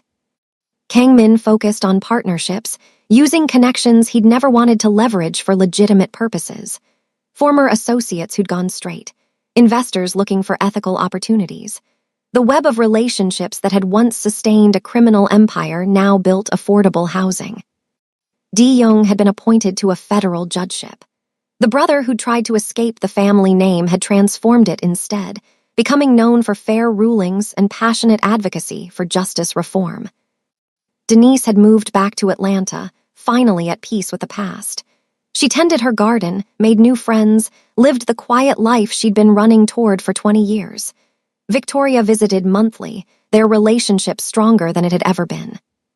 One evening, Victoria came home to find Kang Min in the nursery. They'd converted the spare room 6 months ago when the tests came back positive. Now it was painted soft green, filled with furniture they'd chosen together, waiting for the child who would arrive in 8 weeks. "Everything okay?" she asked. He was holding a small toy, a stuffed rabbit, the first thing they'd bought when they learned they were expecting. "I was thinking about my mother," he said, "about what she would have said about this, about us." Victoria wrapped her arms around him from behind. She would have been proud. "I think so too." He set the rabbit in the crib. "I spent so long trying to keep my promise to her, find Grace's daughter, protect her, and now—" He turned to face Victoria. "Now we're going to have a daughter of our own." They'd learned the gender last week. A girl. Victoria had cried. Kang Min had been suspiciously quiet for hours. "What do you want to name her?" Victoria asked. "I was thinking, Suyeon after my mother." He hesitated. "But if that's too much—" "It's perfect." Victoria felt tears threatening again. "Suyeon Hayes Kang." "Hayes Kang. My father gave me his name. I want our daughter to carry both of ours." They stood together in the nursery, surrounded by possibilities, connected to generations past and future. The weight of history wasn't gone, it never would be, but it had transformed into something different. Not a burden, a foundation. The baby arrived on a Tuesday in April, screaming into the world with all the fire her parents possessed.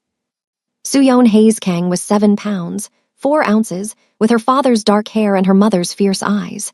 She was perfect. Victoria held her daughter in the hospital room, surrounded by family.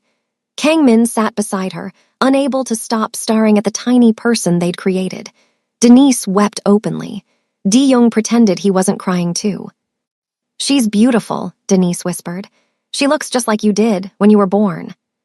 "She's going to be trouble," Di-young predicted. "With parents like hers, definitely trouble." "Good trouble," Kang Min said. "The best kind." In the weeks that followed, Victoria experienced a strange kind of peace.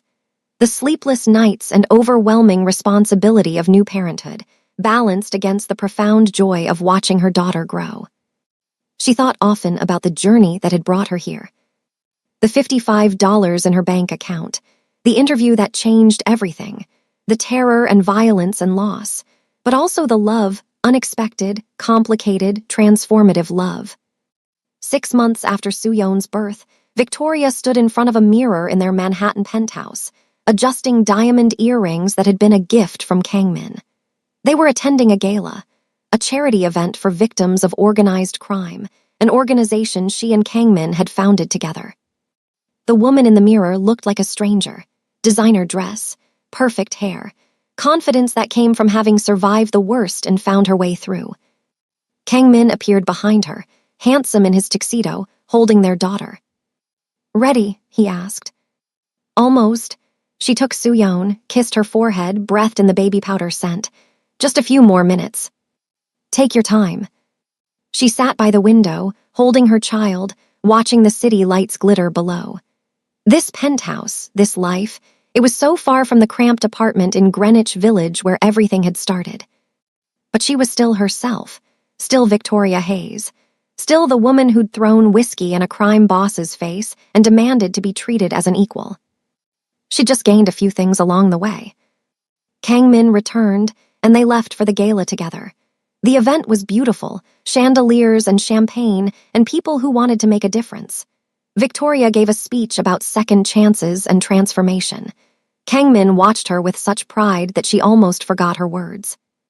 At midnight, they stood on the venue's rooftop, the Manhattan skyline glittering below, similar to so many rooftops where they'd had important conversations, but different now. "I was thinking," Kangmin said. "Dangerous." He smiled. "I was thinking about how far we've come from that first interview, from you thinking I was going to kill you. You were terrifying." "I was trying to be." He took her hand. "I'm glad it didn't work." "Me too." They stood in comfortable silence, watching the city that had brought them together, destroyed them, rebuilt them. "What now?" Victoria asked. "We've won. The bad guys are in prison. We have a company, a daughter, a life. What's next?" Kangmin considered. "I don't know, but that's the point, isn't it? For the first time, we get to decide, no one else, just us." "That's terrifying." "I know," he pulled her close, "but we've done terrifying before." Victoria thought about the woman she'd been, desperate, alone, signing away her life for a chance at survival. She thought about everything she'd lost and everything she'd gained. "I love you," she said. Not for the first time, but it felt important to say it now, on this rooftop at this moment. "I love you too." He kissed her softly. "Now let's go home. Our daughter is probably driving the nanny crazy." They left the gala hand in hand, stepping into a future they'd built from chaos and courage. And somewhere, Victoria knew, 2 women who'd loved them were watching. Soo-yeon, who dreamed of freedom and paid for it with her life. Grace, who'd run for 20 years to give her daughter a chance. They'd both sacrificed everything for love. Now their children had found each other, made peace with the past, and created something new. That was their legacy, not the violence, not the fear. The love that survived.